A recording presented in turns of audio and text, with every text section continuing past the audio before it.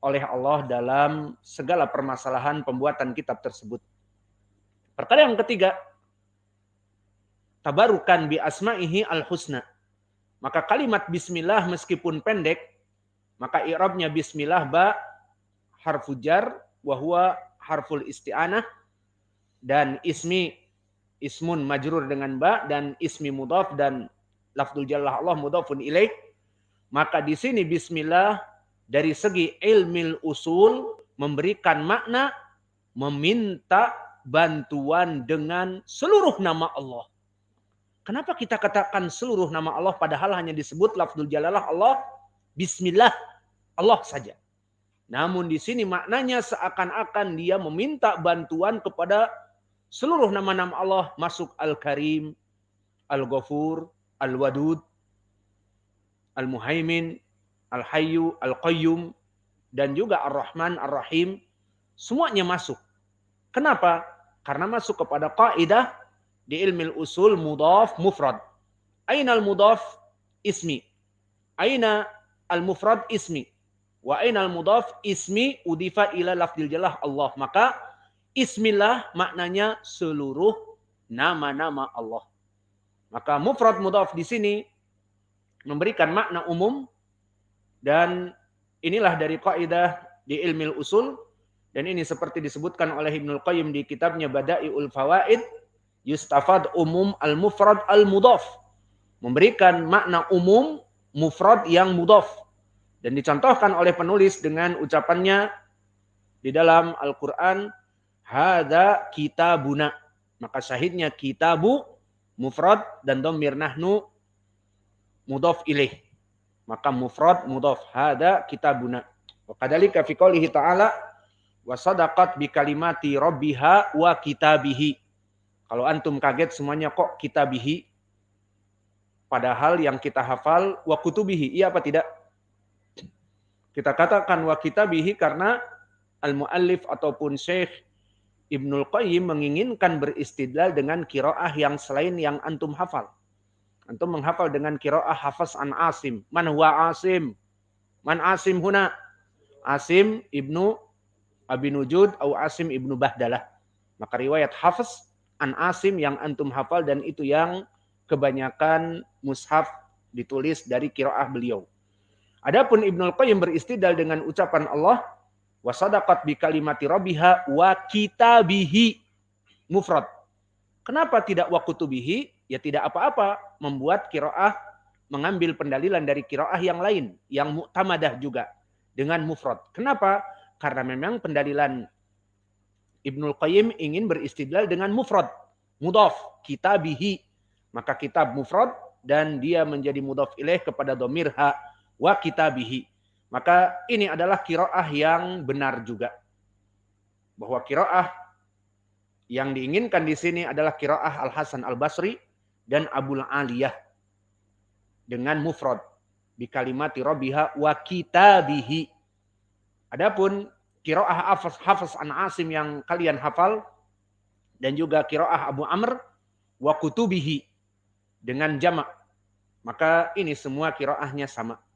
Yang jelas syahidnya adalah kalimat bismillah, ismillah, mudhaf, mufrad itu bermakna jamak. Maknanya semua nama-nama Allah. Sehingga barang siapa seorang yang beristiadah dengan nama Allah bismillah, berarti maknanya dia telah beristiadah dengan kalimat dari nama Allah, lafdzul jalalah Allah, dan Al-Karim, Al-Hayyu, Al-Qayyum, As-Sami, Al-Basir, dan seterusnya.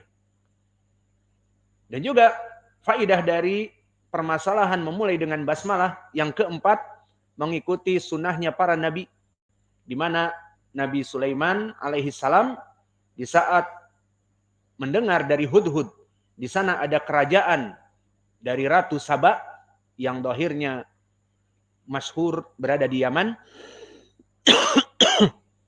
Maka Sulaiman mengirim tulisan surat untuk dilemparkan Hudhud kepada mereka. Maka disebutkan di dalam ayat, innahu min Sulaiman wa innahu bismillahirrahmanirrahim. Di saat dibuka oleh Malakatus Saba, Ratu Saba ini tertulis padanya dari Sulaiman wa innahu, dan ada padanya di kop surat di atas Bismillahirrahmanirrahim. Maka tulisan basmalah dari berbagai surat-surat, surat dakwah, surat kepada siapapun, seperti tadi kita mengirim surat kepada mudir PLN di Rayun Sitiung, kita tulis Bismillahirrahmanirrahim. Sunnah. Alhamdulillah. Mungkin hanya kop surat kita yang ada Bismillahirrahmanirrahim. Alhasil, itulah dari sunnah. Dan perkara yang kelima juga, iktidaan bisunati Nabi Muhammadin sallallahu alaihi wa ala alihi wasallam.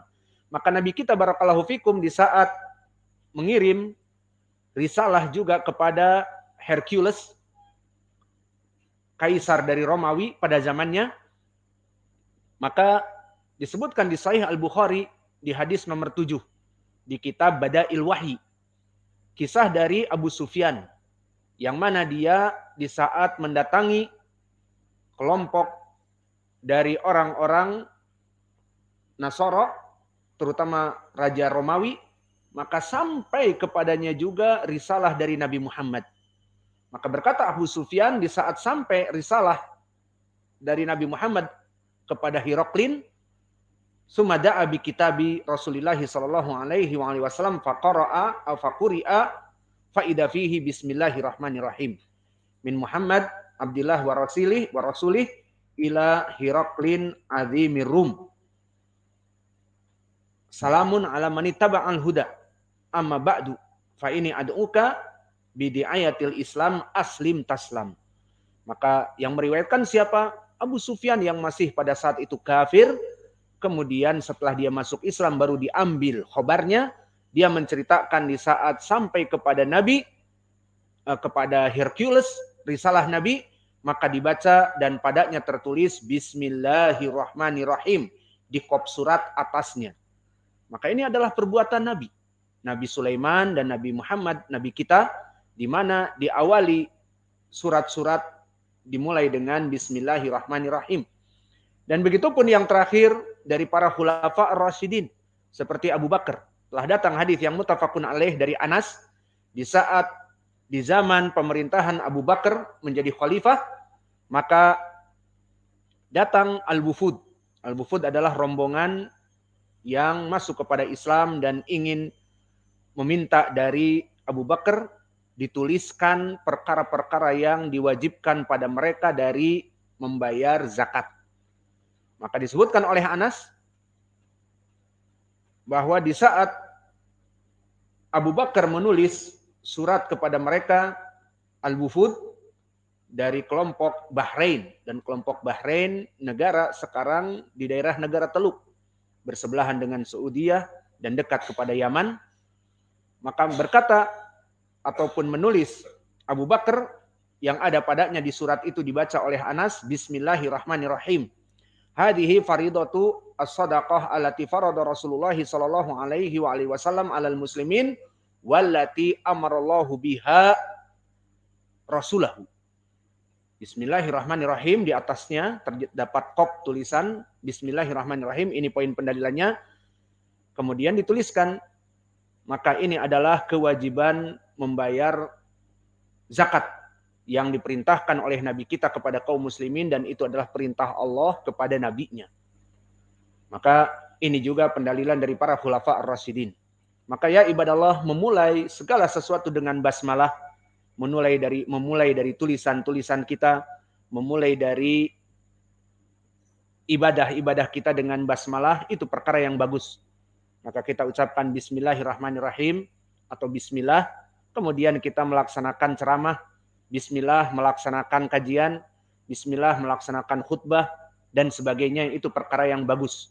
Sesuai dengan pendalilan yang kami sebutkan, apalagi menulis surat, menulis tulisan, karya ilmiah, ditulis di atasnya Bismillahirrahmanirrahim, atau menulis surat kepada saudara kita untuk didakwahi, kita mulai Bismillahirrahmanirrahim. Namun di sana ada hadis, yang mana hadis ini membahas khusus tentang al-basmalah. Telah datang hadis dari Abi Hurairah, kullu amrin dibalin la yubda'u bil basmalah fahuwa aqta au abtar. Maka hadis ini maknanya, barang siapa yang seseorang melaksanakan suatu amal ibadah yang tidak dimulai dengan basmalah, maka dia itu terputus dari barokah. Barang siapa seseorang yang melaksanakan ibadah dan tidak memulai dengan basmalah, maka dia terputus dari barokah.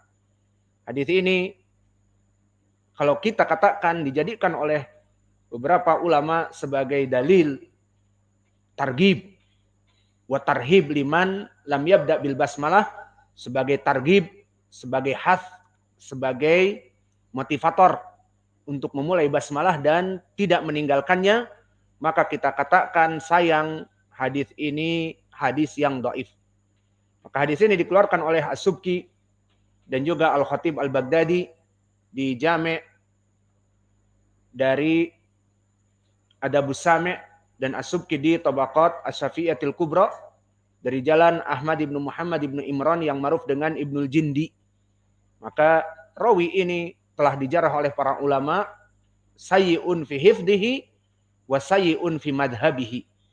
Maka dia buruk hafalannya dan buruk manhajnya. Maka dari zaman dulu masalah jarah wa ta'dil dan menyebutkan keburukan seseorang dari manhaj itu dari sunnah. Maka para ulama ahli jarh wa ta'dil mencela para rawi yang akidahnya buruk. Maka disebutkan su fi akidatihi wa su fi hifdhihi. Maka akidahnya yang buruk adalah Syiah. Dohirnya Syiah Rafidhah. Dan yang kedua dari hafalannya buruk, dikatakan oleh Al-Azhari yang dinukilkan oleh Al-Khatib Al-Baghdadi, laisa bi syai', dia itu tidak ada apa-apanya. Maka dari sini, dari para muhakkikin, muhaddithin seperti Syekh Al-Albani, menyebutkan di awal kitabnya Al-Irwa hadis ini. Dan disebutkan dhaifun jiddan. Dan itu yang benar. Dan begitupun Syekh kami Mukbil mendaifkan. Adapun sebagian beberapa ahlu syarah di dalam mensyarah ucapan-ucapan ulama di dalam kutub-kutubnya dan menyebutkan hadis tadi bahwa bismillah itu lebih baik dipergunakan di awal segalanya sesuai hadis kullu amrin dibalin la yubda'u bil basmalah fahuwa aqta au abtar, maka sebagian ulama mensahihkan yang benar adalah kedhaifannya. Karena lafaz ini berkesendirian dari jalan Abi Hurairah dari rawi yang kami sebutkan, Ahmad ibnu Muhammad ibnu Imran yang ma'ruf dengan Ibnul Jindi, maka yang rajih seperti ucapan para ulama yang mendhaifkannya. Maka hadis ini hadis yang dhaif. Kalau begitu Syekh Mukbil memulai dengan basmalah, mana pendalilannya seperti yang kami sebutkan tadi.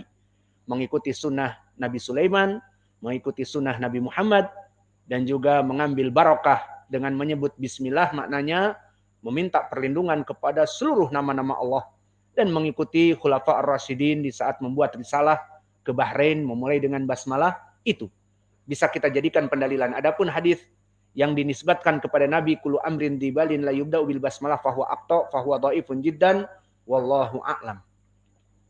Selesai dari permasalahan al-basmalah. Maka nuskhah yang ada pada antum tidak ada tulisan basmalah.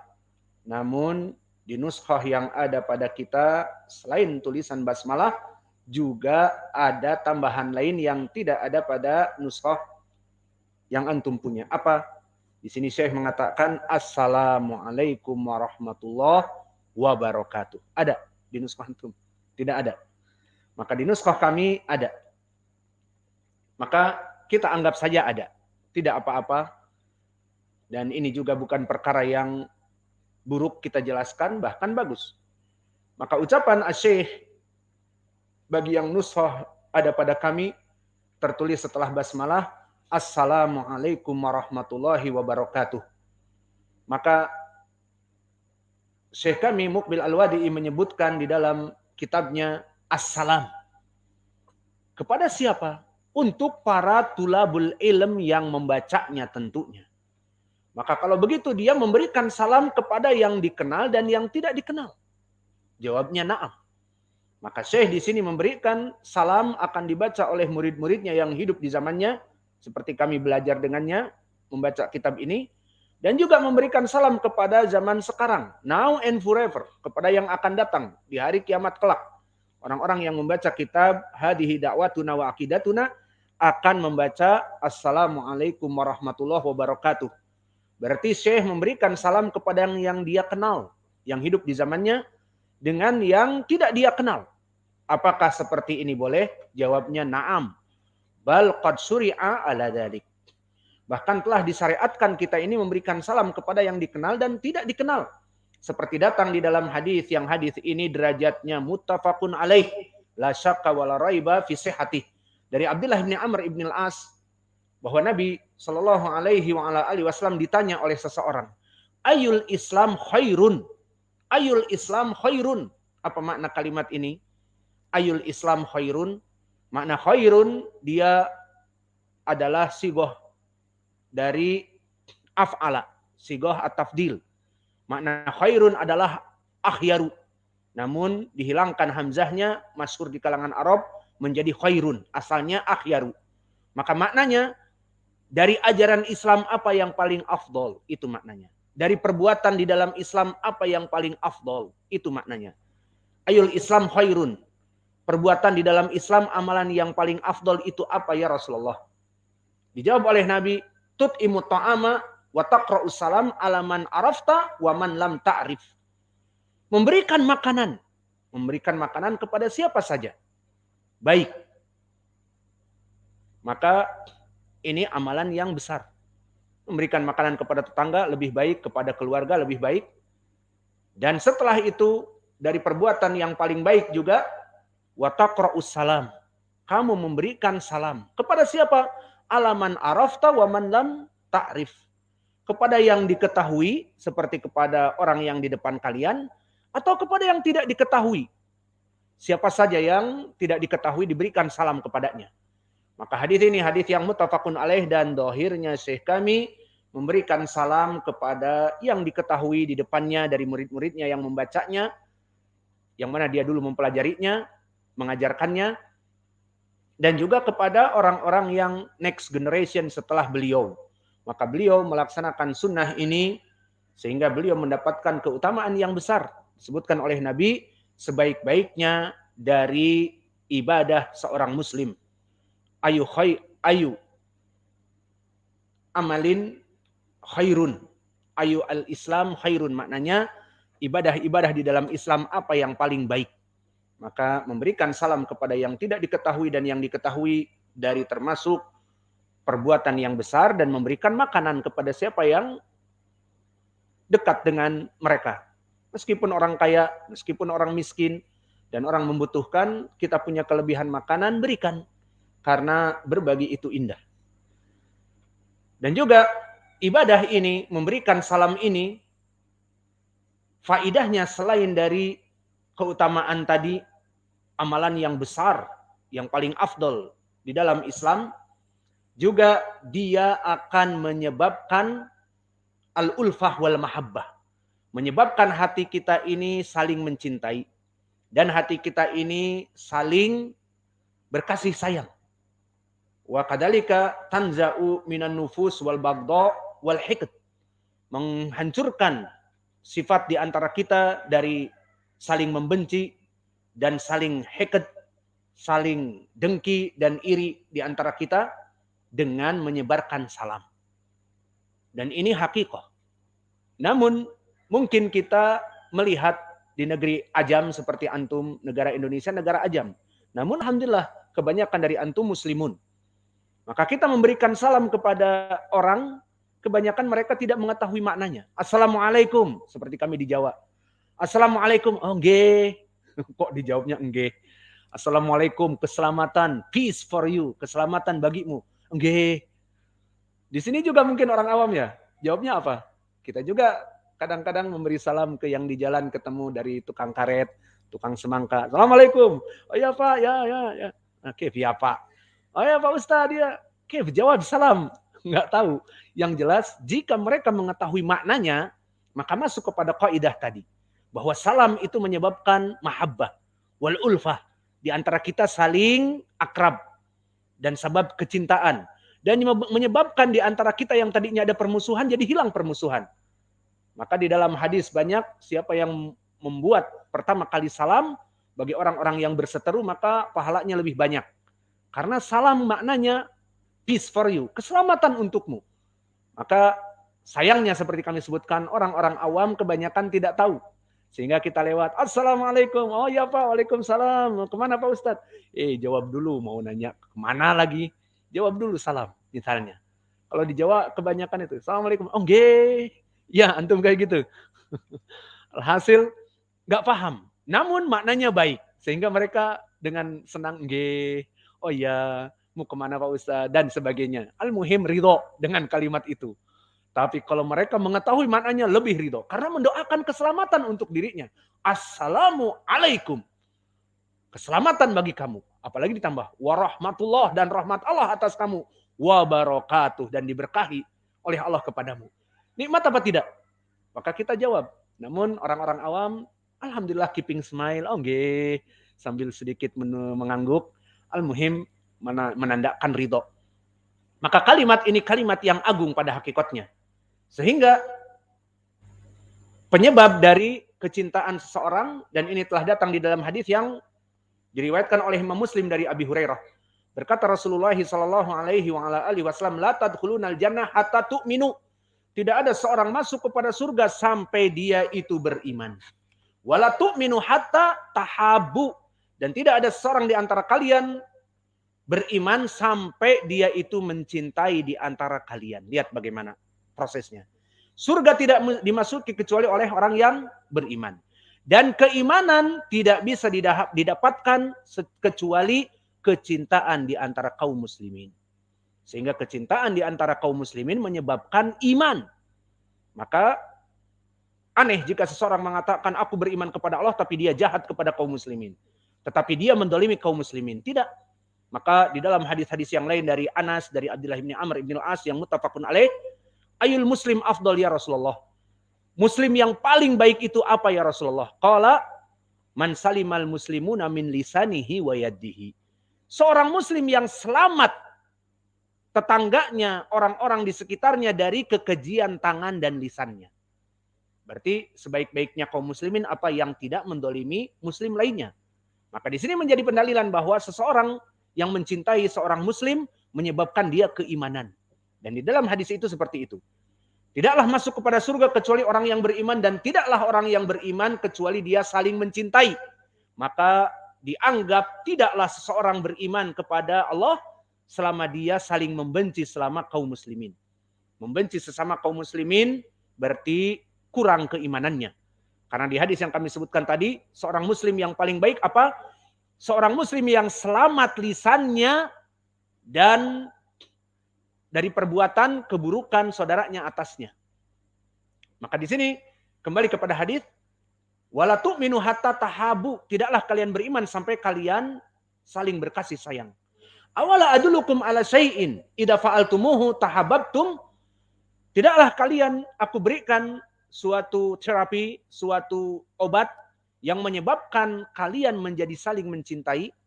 Dijawab apa ya Rasulullah? Afsus salam bainakum. Tebarkan salam kebaikan di antara kalian. Maka kalimat kebaikan, apalagi kita di sini mengetahui maknanya dan kita hidup di kampung Salafi Darmasraya, maka sesama kita mengetahui salam, sebarkan salam. Ketemu Pak Tukang, Assalamualaikum. Pahami maknanya Pak Tukang, Assalamualaikum, maknanya peace for you. Kebaikan untukmu. Maka dia akan senang. Oh, didoakan sama Ustadz. Ketemu es teler, penjual es teler, Assalamualaikum. Selama sesama muslim, dia akan senang. Maka begitulah. Tidaklah aku ingin menunjukkan kepada kamu jika kamu sebarkan akan menyebabkan orang mencintai kalian. Apa? Ifsus salam bainakum. Tebarkan salam di antara kalian. Maka hadis ini diriwayatkan oleh Imam Muslim dari Abi Hurairah, dan di sini Syekh kami dari segi tadi mengamalkan sunnah ifsus salam bainakum, juga di sini dia mendapatkan keutamaan yang lain. Apa? Dia yang memulai memberikan salam dan kita yang menjawabnya. Maka di sana ada hadis keutamaan memulai salam. Maka di saat kita bertemu sesama kaum muslimin, usahakan kita yang memulai memberikan salam. Meskipun ada adab-adab yang lain seperti yang berhak untuk memberikan salam ar-raqib kepada al-jalis. Orang yang menunggang kepada orang yang duduk. Maksudnya orang yang menunggangi mobil ataupun motor melewati orang yang duduk, assalamualaikum, itu lebih berhak. Al-qaim alal julus, dan orang yang berdiri kepada orang yang sedang duduk, seperti orang yang masuk ke majelis mengucapkan assalamualaikum, itu berhak. Namun di sini dari perkara-perkara dari kaum muslimin yang saling memberikan salam, mana yang lebih baik? Jelas yang memulai salam lebih baik. Maka di sini Syekh kami Mukbil dia yang memulai salam. Setelah bismillahirrahmanirrahim disebutkan memulai salam assalamualaikum warahmatullahi wabarakatuh kepada siapapun yang dia kenal ataupun yang tidak dia kenal, maka Syekh kami Mukbil memulai dengan assalam, maka dia akan mendapatkan fadlu al-badi' bis salam. Keutamaan orang yang memulai salam. Dan ini mengingatkan kami kepada kitab beliau Al-Jami'us Shahih mimma laysa fi sahihain. Di kitab tentang as-salam, maka beliau membuat bab fadlu al-badi' bis salam. Fadlul badi'i bis salam. Keutamaan orang yang memulai salam.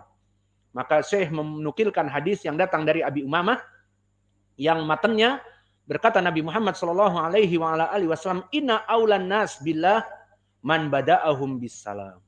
Sesungguhnya aulan nas billah, sebaik-baiknya manusia di sisi Allah, man bada'ahum bis salam, di antara manusia yang ada di sekitarnya, dari kumpulan manusia itu yang paling baik di sisi Allah, orang yang memulai salam di antara mereka. Maka orang-orang yang memulai salam mempunyai keutamaan yang besar.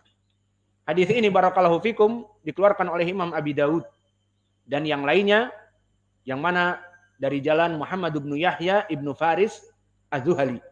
Akhbarana Abu Asim an Abi Khalid Wahab an Abi Sufyan Al-Jamsi atau Al-Hamsi dari Hims, dari Suria sekarang. An Abi Umamah. Yang mana lafadznya seperti tadi kami sebutkan, inna aulan nas billah man bada'ahum bisalam. Sungguhnya orang yang paling berhak dekat kepada Allah, orang-orang di antara mereka yang memulai dengan salam. Maka sanadnya telah kami sebutkan, hadis ini disahihkan oleh Syekh kami dan mengatakan hadza haditsun sahih. Rijaluhu rijalus sahih. Hadis ini hadis yang sahih, semua rawi-rawinya sahih.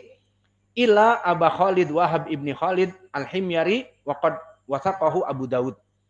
Maka telah ditautsik oleh Abu Daud dan Abu Asim huwa Ad-Dhahhak ibnu Makhlad wa Abu Sufyan Al-Hamsi wa huwa Muhammad ibnu Ziyad Al-Alhani wa Abu Umamah dia adalah Sudai ibnu Ajlan. Maka semua rijalnya thiqat, disahihkan oleh Syekh kami di Jami'us Shahih mimma laysa fi sahihain.